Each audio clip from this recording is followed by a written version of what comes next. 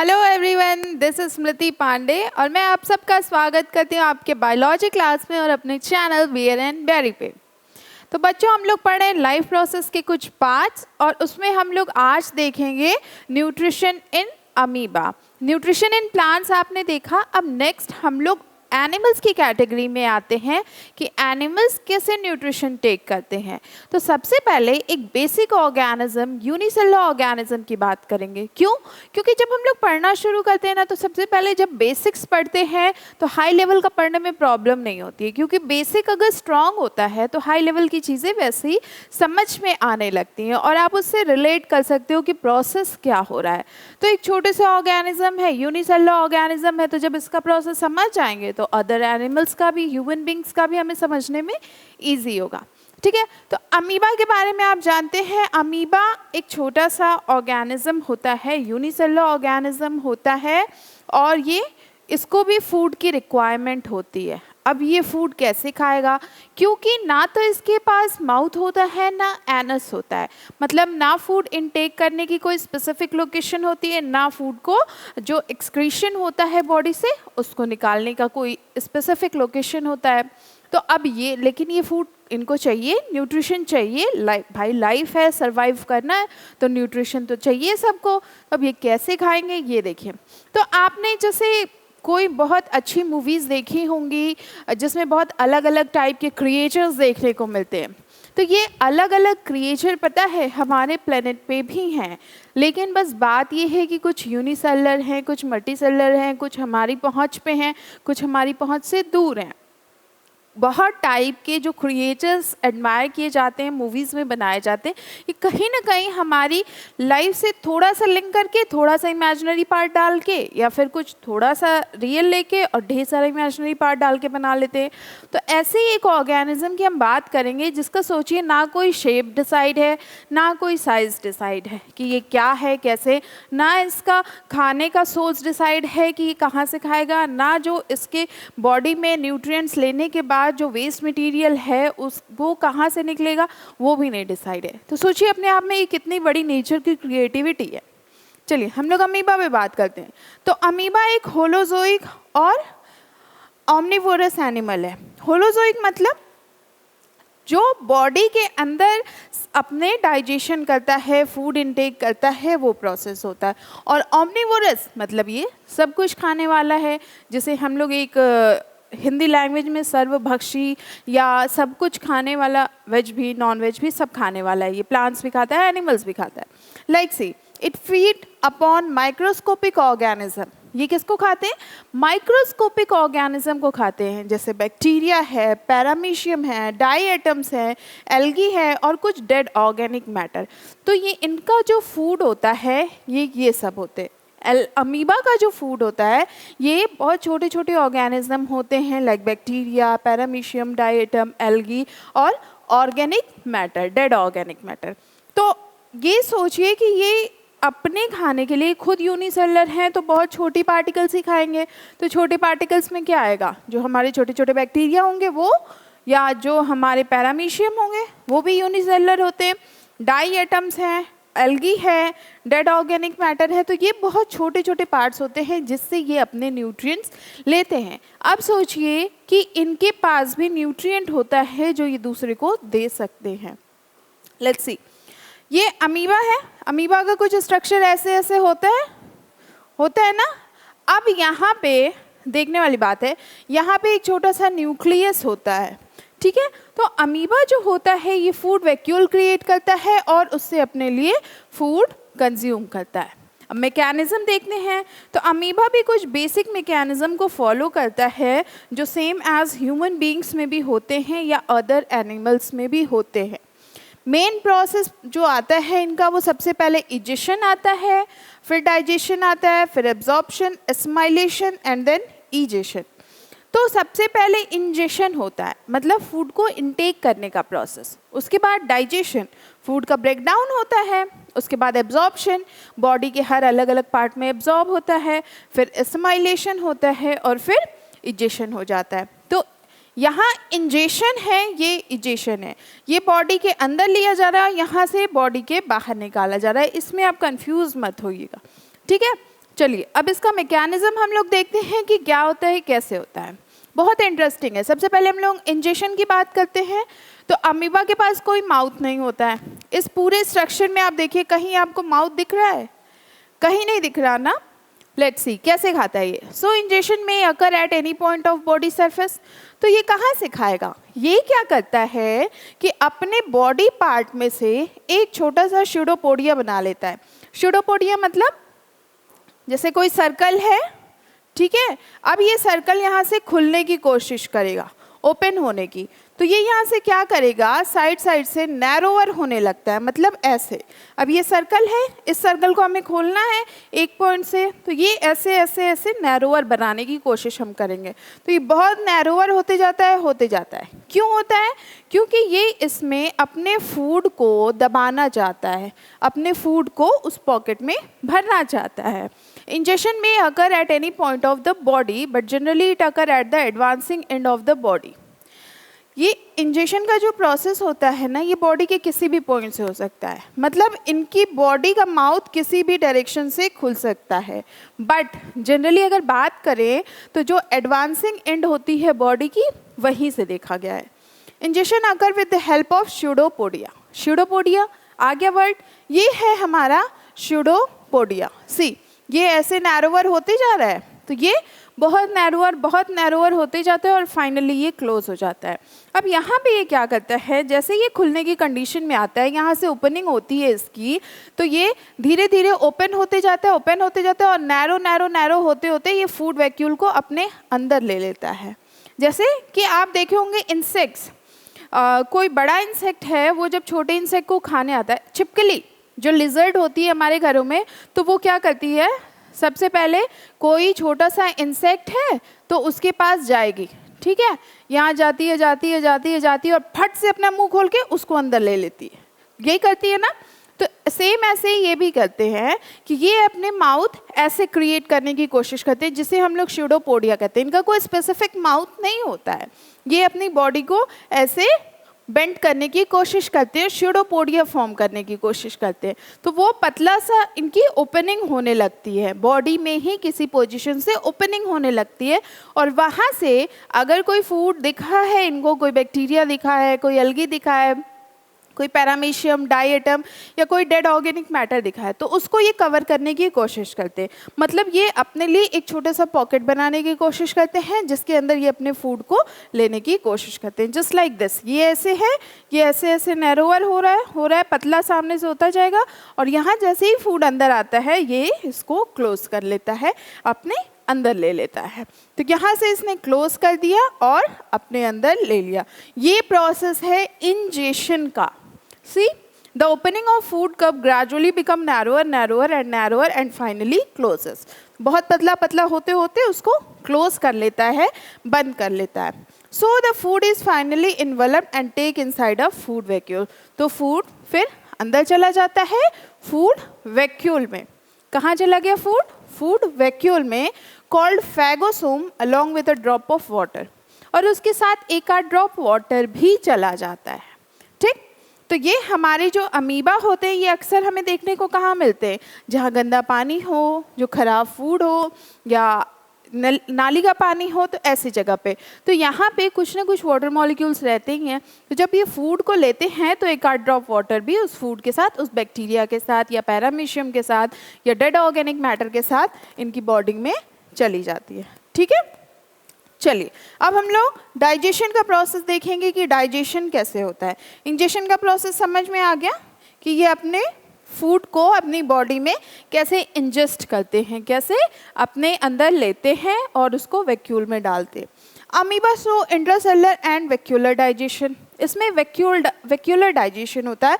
It means कि vacuole के form में डाइजेशन होगा, फूड वैक्यूल में। See, in the cytoplasm, food vacuole fuses with lysosome containing digestive enzyme. जो cytoplasm होता है उसमें जो फूड वैक्यूल होता है वो फ्यूज होता है लाइसोसोम्स के साथ और कंटेन करता है वो डाइजेस्टिव एंजाइम। जैसे हमारी बॉडी में कई सारे डाइजेस्टिव एंजाइम्स होते हैं, वैसे ही अमीबा की भी बॉडी में बहुत सारे डाइजेस्टिव एंजाइम होते हैं। ये डाइजेस्टिव एंजाइम क्यों होते हैं? क्योंकि कोई भी फूड जब आप कंज्यूम करते हैं तो उसको ब्रेक डाउन करना, के लिए एंजाइम्स चाहिए होता है। जैसे हम लोग प्रीवियस क्लासेस में पढ़े थे कि हैमरिंग, कटिंग, इन सब के लिए हमें टूल्स चाहिए होते हैं। जब भी हम लोग वेजिटेबल्स काटते हैं या जब भी हम लोगों को कुछ बनाना होता है, हैमर करना होता है, कंस्ट्रक्शन करना होता है, तो वहाँ पे अलग अलग टूल्स की रिक्वायरमेंट होती है। तो सेम ऐसे ही ये बॉडी के लिए हमारे ये जो हम लोग फूड पार्टिकल्स खाते हैं छोटे छोटे, ये इनके लिए बड़े होते हैं। अब इनको अलग अलग तोड़ना है, बहुत अलग अलग तरीके से इनको प्रोसेस करना है, जूसिंग करनी है, किसी में से जूस एक्सट्रैक्ट करना है। तो ये प्रोसेस के लिए अब हमारी बॉडी के पास टूल्स क्या है? एंजाइम्स है। तो वो एंजाइम्स की हेल्प से अपना काम करते हैं। ठीक है। In these, the complex and non-diffusible nutrients are changed into simple and diffusible nutrient. क्या होता है? जो कॉम्प्लेक्स मॉलिक्यूल्स खाए हैं, अमीबा ने जो कॉम्प्लेक्स फूड खाया है, मतलब एक बैक्टीरिया ही उसने खाया है, बट उसकी बॉडी के लिए तो कॉम्प्लेक्स है ना, उसको वो तोड़ेगा फिर तो एनर्जी उससे लेगा। तो वहाँ पे क्या होता है, या तो वो कॉम्प्लेक्स मॉलिक्यूल है या नॉन डिफ्यूजिबल न्यूट्रिएंट है, ये चेंज हो जाते हैं सिंपल में, सिंपल मॉलिक्यूल्स में, सिंपल डिफ्यूजिबल न्यूट्रिएंट्स में। जैसे कोई भी कॉम्प्लेक्स है तो उसको वो जब फूड कंज्यूम करते हैं हम लोग तो डाइजेशन के लिए उसका ब्रेक डाउन करना पड़ता है, तो उसको टुकड़ों में कॉम्प्लेक्स से सिंपल फॉर्म में चेंज करने की कोशिश करते हैं। तो इनके प्रोसेस में भी यही होता है। और यहाँ पे जो इन्होंने कॉम्प्लेक्स फूड खाया है उसका ब्रेक डाउन हो जाता है और वो सिंपल मॉलिक्यूल्स में कन्वर्ट हो जाते हैं। Medium inside the food vacuole is first acidic but later become alkaline as in the alimentary canal of man. अब इसमें क्या होता है, जब इन्होंने फूड को लिया, जब कोई भी फूड को लेता है, ह्यूमंस की बात करें या अमीबा की बात करें, तो जब हम लोग फूड वैक्यूल लेते हैं, फूड वैक्यूल में जब फूड जाता है तो सबसे पहले वहाँ पे एसिडिक मीडियम में होता है, बाद में वो चेंज होके अल्कलाइन मीडियम में आ जाता है। यही प्रोसेस अमीबा में भी होता है, यही प्रोसेस ह्यूमन बीइंग्स में भी होता है। ठीक है। तो ये हम यहाँ पे बात कर रहे हैं डाइजेशन की, कि फूड लेने के बाद एंजाइम्स जो होते हैं उसका ब्रेक डाउन करते हैं ताकि वो हमारी बॉडी में अच्छे से स्प्रेड हो जाए, उसकी एनर्जी अच्छे से हमारी बॉडी में एब्जॉर्ब हो। नाउ नेक्स्ट हम लोग जो आते हैं दैट इज़ एब्जॉर्प्शन एंड एसिमाइलेशन। तो एब्जॉर्प्शन की बात करें तो एब्जॉर्प्शन से समझ में आता है हमें कि जब फूड का डाइजेशन हो रहा है तो उसके बाद वो पूरी बॉडी में स्प्रेड होकर उसको एनर्जी देगा, जहाँ जहाँ एनर्जी की रिक्वायरमेंट है। सी, in absorption, the diffusible nutrient pass through the vacuolar membrane into the cytoplasm by diffusion are then distributed to all the body part by streaming movement of cytoplasm called cyclosis. इसमें absorption के process में अगर basically हम लोग देखें तो ये हमारी पूरी बॉडी को न्यूट्रिएंट प्रोवाइड करते हैं, एनर्जी प्रोवाइड करते हैं, जिससे हम वर्किंग कंडीशन में आ सकें। तो अमीबा के साथ भी ऐसे ही होता है। जब यहाँ पे एब्जॉर्प्शन और एसिमाइलेशन की कैटेगरी में जब हम लोग देखते हैं तो यहाँ पे फूड का टोटली ब्रेक डाउन होता है। ब्रेक डाउन होने के बाद ये एब्जॉर्ब होते हैं। सी, जो डिफ्यूजिबल न्यूट्रिएंट होते हैं, मतलब जो डिफ्यूजन करने के कैपेबल होते हैं, वो पास होते हैं वैक्यूलर मेम्ब्रेन में। उसके बाद ये साइटोप्लाज्म में जाते हैं, वैक्यूलर मेम्ब्रेन से होते हुए ये साइटोप्लाज्म में जाते हैं बाय डिफ्यूजन, डिफ्यूजन के through, and are then distributed to all the body part. और उसके बाद ये पूरे बॉडी पार्ट में डिस्ट्रीब्यूट हो जाते हैं, चाहे वो ह्यूमन की बॉडी पार्ट हो, चाहे वो अमीबा का बॉडी पार्ट हो। ठीक। By streaming movement of cytoplasm. कैसे होता है? क्योंकि बॉडी में साइटोप्लाज्म का मूवमेंट होता है, अमीबा की बॉडी में साइटोप्लाज्म का मूवमेंट होता है जिसे साइक्लोसिस कहते हैं। इसी से एनर्जी का डिस्ट्रीब्यूशन होता है। लाइक हमारी बॉडी में ब्लड होता है तो ब्लड हेल्प करते हैं, वेन्स हैं अलग अलग तरीके के, जहाँ से ट्रांसपोर्ट मीडियम होता है। ठीक। तो इनकी जो अमीबा की बॉडी होती है, इनमें साइटोप्लाज्म होते हैं जिससे स्ट्रीमिंग होती है न्यूट्रिएंट की, जो मूव कराते हैं, और इसको हम लोग कहते हैं cyclosis. Due to this the size of food vacuole gradually decreases. और इस वजह से जो फूड वैक्यूल होगा, अब मान लीजिए ये फूड वैक्यूल है, ये फूड वैक्यूल है, तो ये इसमें से जब फूड पूरी बॉडी पार्ट में स्ट्रीम हो जाएगा, डिस्ट्रीब्यूट हो जाएगा, तो ये स्पेस क्या होगी?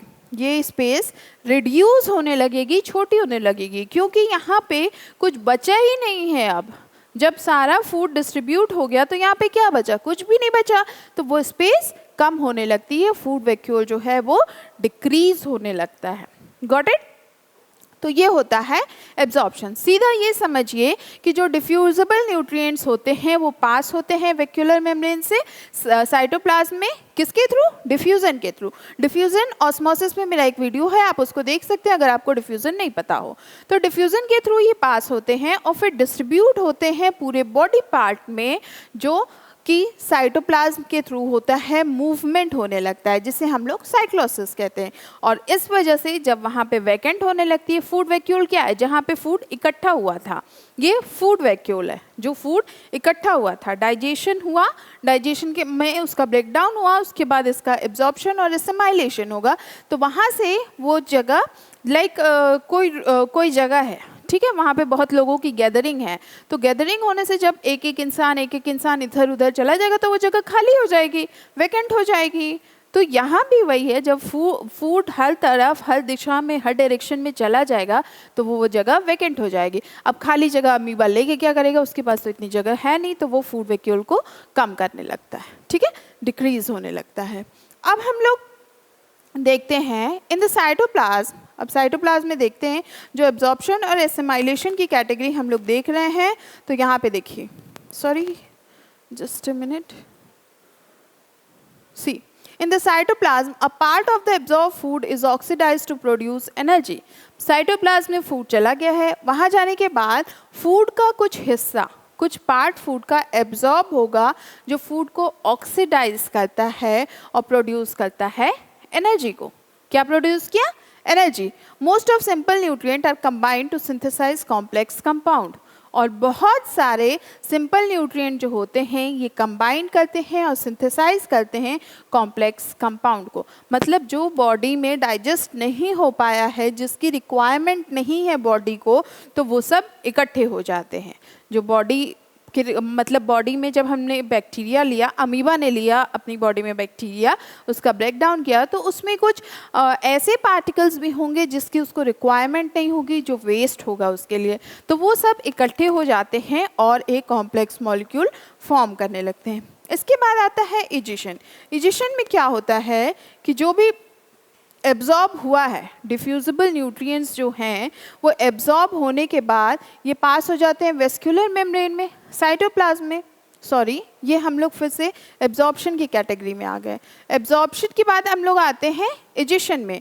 तो अमीबा में जब फूड जो उसने खाया डाइजेस्ट हुआ, उसके बाद वो ट्रांसफ़र हो गया बॉडी के हर पार्ट में, तो कुछ ऐसे भी चीज़ें बची हैं जो डाइजेस्ट नहीं हो पाई हैं, जिसकी रिक्वायरमेंट अमीबा को नहीं थी। तो अमीबा के पास तो कोई एनस है नहीं, फिर वो क्या करेगा, सो इजेशन में अगर at any point of the body surface, तो वो फिर बॉडी का एक पॉइंट ओपन करता है और वहाँ से अपनी बॉडी से जो वेस्ट मटेरियल है उसको फ्लो ऑफ कर देता है। तो ये इजेशन का प्रोसेस होता है। इजेशन मतलब कि जो वेस्ट मटेरियल बॉडी में प्रोड्यूस हुआ है उसको वेस्ट आउट करना। जैसे हम लोग यूरिन सिक्रीट करते हैं और फिर पॉटी एक्सक्रीट करते हैं, तो वैसे ही अमीबा में भी होता है, हर ऑर्गेनिज्म में होता है। तो यहाँ पे आप देखें इंजेक्शन हो रहा है। इंजेक्शन मतलब फूड इनटेक कर रहा है स्यूडोपोडिया क्रिएट करके। ये आपसे क्वेश्चन पूछा जा सकता है कि स्यूडोपोडिया किस में बनता है, किस में फॉर्म होता है, तो आपका आंसर होगा अमीबा। ठीक है, तो इंजेक्शन में इसने अपने माउथ को ओपन किया, स्यूडोपोडिया क्रिएट किया। माउथ मतलब बॉडी का कोई एक पार्ट ओपन किया है, वहाँ से इसने फूड को ले लिया है। अब इसने फूड वैक्यूल बना लिया, मतलब एक पैकेट बना लिया है अपनी बॉडी में। उसके बाद उसका डाइजेशन करता है with the help of enzymes, मतलब ब्रेक डाउन करता है। फिर एब्जॉर्ब होगा, वो बॉडी में अलग अलग पार्ट में अलग अलग जगह पे एब्जॉर्ब होगा, एसिमाइलेशन होगा, डिस्ट्रीब्यूशन होगा बॉडी के हर पार्ट में। आखिर अमीबा के भी हर एक हिस्से को तो एनर्जी चाहिए होगी, वरना मूवमेंट कैसे होगा उसका। उसके बाद इजेशन की कैटेगरी आ जाती है कि जो भी फूड उसने यूज़ किया है, जो डाइजेस्ट नहीं हुआ है, वो अब बॉडी से निकलने पे आता है। ठीक है, तो ये अमीबा का न्यूट्रिएंट था। अमीबा कैसे न्यूट्रिएंट लेता है, किसी भी फूड को कैसे कंज्यूम करता है। नाउ नेक्स्ट हम लोग देखेंगे कि ह्यूमंस में न्यूट्रिएंट लेने का प्रोसेस क्या है, ह्यूमन किस तरह न्यूट्रिशन लेते हैं। तो ह्यूमन में बहुत ज़्यादा बॉडी पार्ट्स होते हैं, उसको समझने की हम लोग कोशिश करेंगे। बट बेसिकली जो 4 प्रोसेस हैं, 4-5 प्रोसेस हैं, इंजेशन, डाइजेशन, एब्जॉर्प्शन, एसिमाइलेशन और एक्सक्रीशन, ये सारा प्रोसेस हर ऑर्गेनिज्म में है, बट ये है कि सिस्टम कुछ अलग अलग है। तो ये ओवरऑल अमीबा का न्यूट्रिशन था। नेक्स्ट हम लोग फिर मिलेंगे नेक्स्ट क्लास में, तब तक आप इसको पढ़िए, कोई क्वेश्चन हो आप हमसे पूछिए। बाकी नोट्स के लिए आप हमें मेरे टेलीग्राम फॉलो को विजिट कर सकते हैं, वहाँ पे देखिए आपको प्रॉपर नोट्स अच्छे अच्छे मिलेंगे।